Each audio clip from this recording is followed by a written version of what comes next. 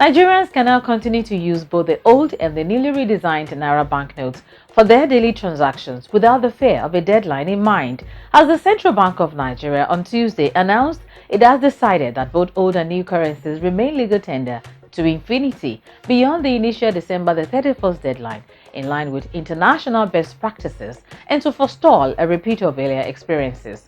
The CBN is working with relevant authorities to vacate the subsisting court ruling on the matter, and all its branches nationwide have been instructed to continue to issue and accept all denominations of both old and new Naira notes to and from commercial banks. That's good news, right? Now, in today's episode, we bring you the concluding part of the interview on taming inflation and ensuring sustainable flow of forex into the economy. That's in a moment. Stay tuned.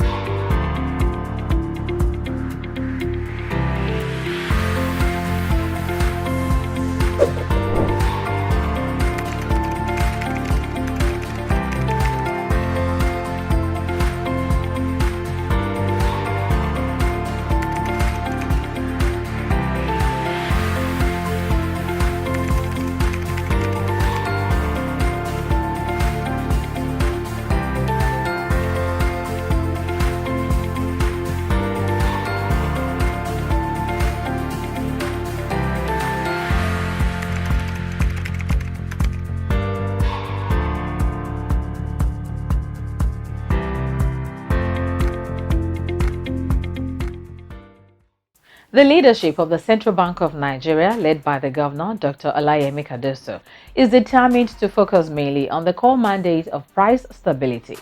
Experts believe price stability is achievable when inflation is under control and there is sustainable inflow of foreign exchange. Here's the concluding part of our interview with leading economist and the CEO Economic Associates, Dr. Ayo Teriba, who believes investment is a key ingredient for stability. People ask me, will investors come? The experience we had in India shows you that they will come. How many years would it have taken us if we wanted to be borrowing to find 14 billion that we got in one trip? How quickly would they come? I say to them 3 to 6 months. So if we all line up and support the vision of the president and CBN being its financial advisor, so this is not the primary responsibility of the CBN, this is business of government, but with the CBN as the banker to the government and the financial. That's layer one. Layer two is inflation, of course, we say reflects cost push factors, but also excess Naira liquidity. It's not just a problem for inflation, it's also a problem for the exchange rate. So unless you have fiscal liquidity, unless you have fiscal stability, the fiscal problem will keep spilling over into the monetary space. And in the world that we are now, earning the exports that you used to earn in the past is impossible for most countries, much less and more.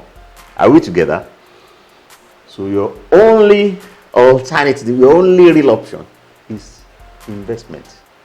You need to be desperate about it. It can come in the short term, it can come in the medium term, it can come in the long term. Don't borrow. Are we together?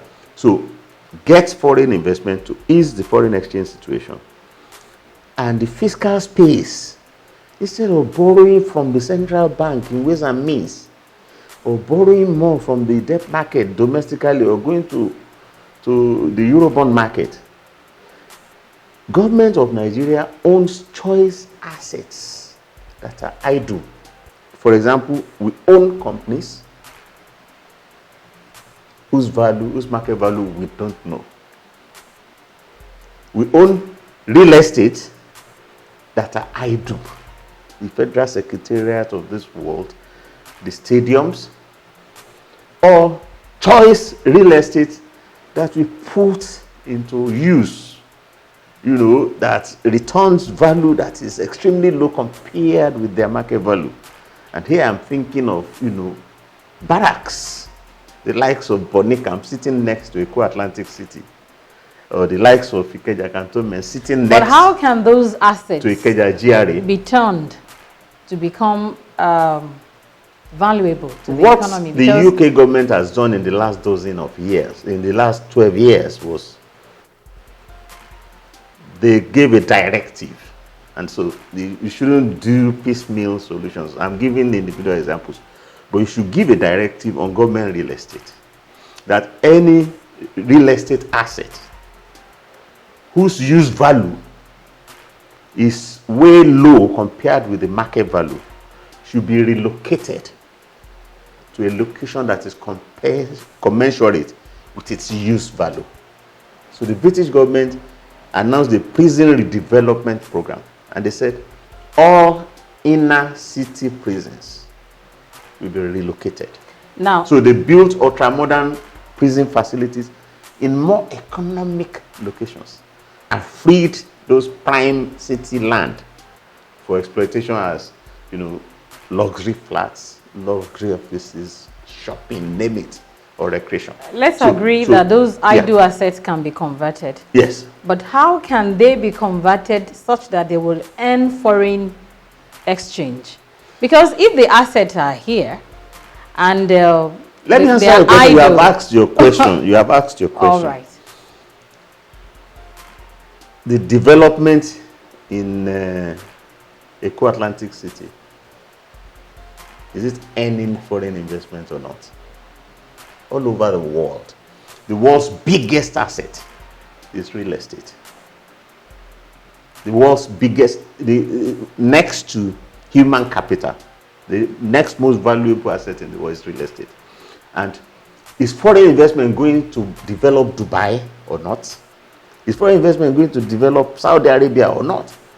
So you announce those values. Foreign investment came to invest in our telephony, our mobile. They came. They connected about 200 million lines. They built, fiber optic cables. They built towers. Were they not foreign investment? Now that's a component of real estate. That telecoms is linking different locations. So it's an addendum, appendage to real estate. So if the government could open its own real estate portfolio the way we've opened the telecom sector, the way we opened the LNG, Nigeria can raise $1 trillion. So you have no business being poor. You are too rich in assets to be poor. That's one class. Next class is the rest of infrastructure apart from telecoms. So if foreign investment is that good for telecoms, why not open rail? Why are you going to take loan to build 2 points when you can open rail in the same manner in which you open telecoms for simultaneous connection all over the country? Why not let foreign investment come into power transmission or to build pipelines and so on and so forth? Are we together? So I've talked about real estate, I've talked about infrastructure, but corporate assets too. See what Aramco in our situation 6 years ago, they've listed Aramco. Saudi has listed Aramco in the market. So 6 years ago, everybody was arguing how much was Aramco. Nobody knew. When they listed it, it was worth 1.7 trillion. They only needed to sell 1.9% in the IPO. And to date, they own 98%. Just paid 29 billion in dividends to Saudi government. It's now worth 2.4 trillion. So from 2019, when they did the IPO to date, capital gains alone 1.7 to say 2.3, 600 billion. Their GDP is just $1 trillion. So you have one company that has returned capital gains of 600 billion. That's more than half of Saudi's GDP today. So if Saudi have neglected to establish the value of that company, they will be in financial difficulty like we are. We don't know the market value of any company that we own. And I'm looking at the MTEF. They were reporting revenue for this year. They are recording dividends from LNG and POI. And I wonder, So Nigeria gets dividends from only 2 of the companies that you own. Why? So are we together? Yeah. So I'm saying you are linking it to foreign direct investment. Okay? But I was talking on the fiscal issue. So you can do part of it to attract foreign investment, but you can do an equal amount to attract domestic direct investment. In other words, when you list those companies in the market, sell shares to domestic investors. When you establish the value of the real estate sector, you will in part attract foreign investment, also attract domestic direct to block the fiscal hole. Are we together? So that's called asset securitization. You know, income securitization impoverishes you because you are only arranging to spend tomorrow's income today. And we have done that a lot in recent times. All our 90, how much is the total debt now? 89. And the devaluation of the Naira has they even are all income securitization. They are income linked securities. Either IOUs or promissory notes against income that is declining. And we are talking of outright swaps of our crude now. We are talking about outright securitization of the LNG dividend. Right. The little LNG dividend that is coming. So instead of income securitization, do asset securitization. So when I'm talking about the stadium, federal secretariat relocating, I'm not saying sell the barracks. I'm not saying sell the stadium. I'm saying attract foreign investment to repurpose the places and redevelop them. The typical developer will deliver the new site for the old activity for you at no cost as part of the development rights. Are we together?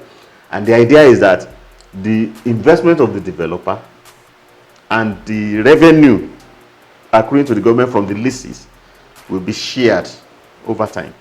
So they are idle now, earning no income. I'm saying release them redevelop them for lease. So you begin to generate new revenue from them. The day you sell the development right, you get liquidity that will boost your forex situation, that will boost your fiscal situation. And then you still continue to get, like you're getting from LNG now. Are we together? Like you're getting from the telecoms. The day they came, they paid you millions of dollars in license fees. But the employed, they're paying taxes and the rest. Are we together? So I'm saying don't sell. Don't sell infrastructure. You can't even sell infrastructure. So you do build, operate, and transfer. So I'm saying don't sell the real estate either. And don't sell the companies. Because if it's good enough for a private interest to buy, it must be good enough for the government to keep. We see the debt management office, has told us as of February 1, when this 18 trillion was launched, debt management office told us we owed 44 trillion. By June, it said we own 87 trillion. By today, it says we owe 89 trillion. Our debt is growing. What's happening to our assets? So until the MOFI begins to do deals, valuation deals. You don't need to do complex deals.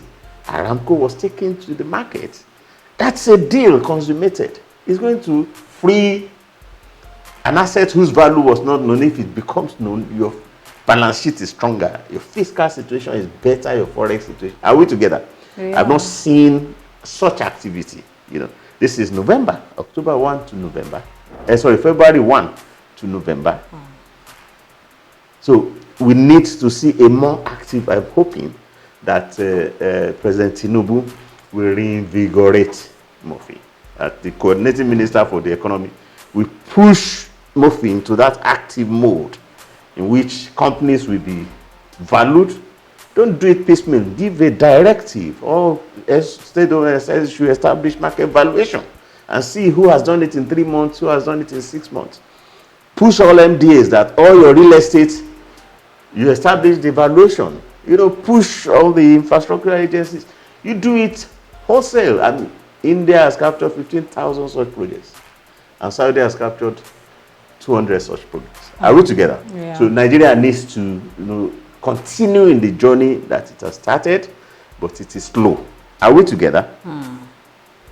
My question now is, how sustainable are these options that you have explained? Securitization of assets and making the environment more conducive for investment. How sustainable, considering that there is still a measure of insecurity? Power is still a challenge, and some other challenge. How sustainable are these sources of forex to make our forex market liquid?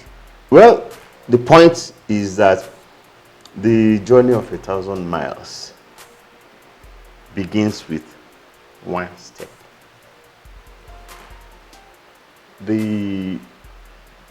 Where there is a will, there is a way. Much of what I see is that we have some institutional challenge.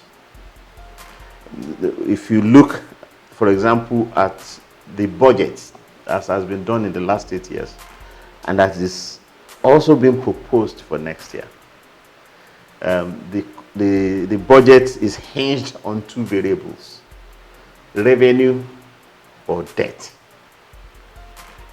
So it all seems that the budget preparation process never mention asset, never mention equity. They are proposing 10 trillion for next year. The chances are that all of those 10 trillion are going to be debt. Then we just did a supplementary budget, which the National Assembly passed 2.17 trillion and instructed the Debt Management Office to go and source debt. Are we together? So we don't have the institutional equivalent of Debt Management Office that we will source for equity, that we use our assets and securitize. So we don't have an equity management office. Are we together? We need to develop such. We have an annual finance act that is looking for, how to tax production. We don't have an equivalent investment investment act, that is looking to unlock money from assets. So this is a transition that must be initiated. Saudi initiated theirs in 2017 as the primary way of funding their national transformation plan, 2030 national transformation plan. So you find country after country beginning this journey. 20 years ago, no country was doing it. So every country has to run a deficit. But clever countries will finance their deficits with equity. And that's where asset securitization comes in. And countries who go on to finance their deficit with debt are doing income securitization. They're only, it's a zero-sum game. You are spending tomorrow's income today. So you are digging a hole to fill a hole. Whereas, if you wake up debt assets, it's a positive sum game. You are creating new income and you are generating liquidity for today in doing so. And on that note, we will bring our discussion to a close. It's been a pleasure. Thank you very much. Speaking with you. Thank you for coming on the program. Thank you. Aha, you want to call the number? Oh yeah, wait. Oh yeah, 0. No, now. Stop it. What? I'll call you back. What? Stop writing on the Naira. It's just 500 Naira. No matter the denomination, the Naira is not a sheet of paper to be written on or crumpled. It is Nigeria's legal tender currency. The Naira should not be abused by being sprayed or danced on at parties. The Naira is not a shelf item to be sold or bought along the road or at social events. So how will I celebrate with people when I go for their parties? You can simply put your monetary gifts inside envelopes and present to the celebrants. If I choose to spray and You could go to jail for 6 months or pay a fine of 50,000 Naira or both. For real? I didn't know that. Now you know. Spread the message. The Naira is a symbol of our national identity. Let's safeguard its integrity. Don't abuse the Naira. This message is from the Central Bank of Nigeria, CBN. You're still watching from the CBN. The Minister of Finance and Coordinating Minister for the Economy, Mr. Wale Edun, on Tuesday disclosed the plan to leverage national assets to generate about $13 billion annual revenue. Speaking at the unveiling of the AfriInvest 2023 Nigerian Banking Sector Report in Lagos, Mr. Edun, who was represented by the Managing Director, Chief Executive, Ministry of Finance Incorporated, MOFI, Mr. Armstrong Katang, said the plan will help achieve 25% revenue to GDP by the year 2026. Nigeria is too blessed to be poor. It is about management. It is about holding ourselves accountable and responsible for that which we own. We all know how much we owe, but how many people know what we own? Yes, I did say that our target is to grow our AUM to 100 trillion. In fact, every day, the more I do this work, the more confident I am that it can be done. And it will be done. Because we do have the assets. There is evidence that if we succeed in creating a national assets register, and we put the policies and the regulation in place, two things can happen.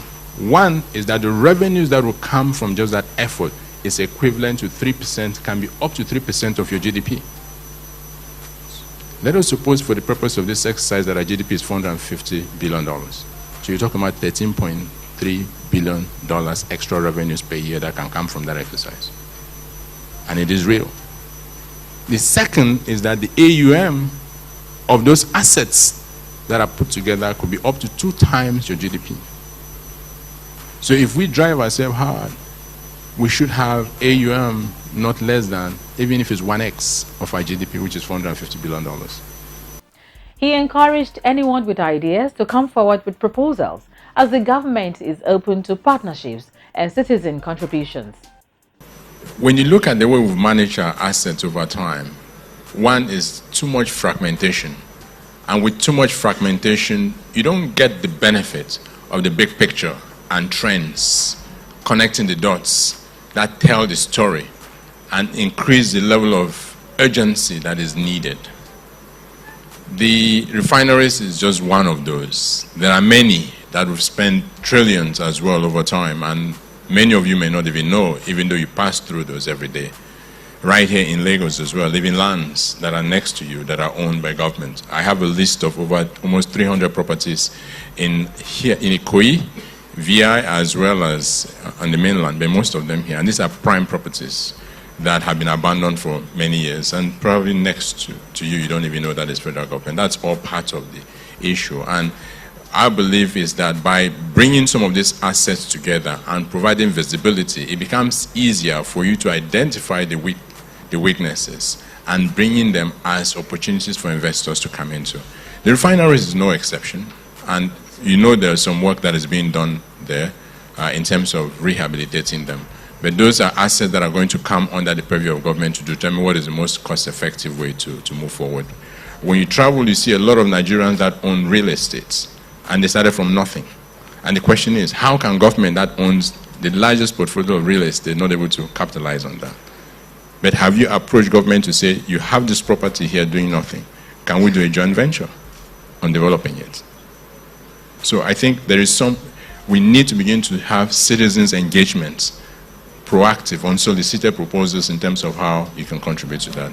I can say for sure that this administration is open to those type of unsolicited proposals, and will be willing to discuss with you in some of those assets that you think you might have an interest in developing. Thank you very much.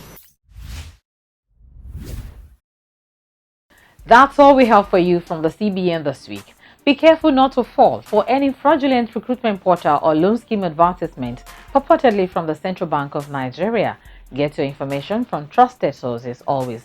Report unresolved banking issues to the CBN Consumer Protection Department using the email cpd@cbn.gov.ng attached relevant documents.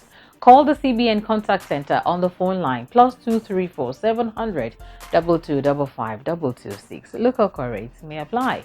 write to us through the email address from the cbn@gmail.com. Follow us on Facebook, YouTube, Instagram, and x.com, formerly Twitter, for updates and to watch uploaded episodes of the program. We invite you to join us again next time. I am Uliyemisi Dada. Stay safe. Bye for now.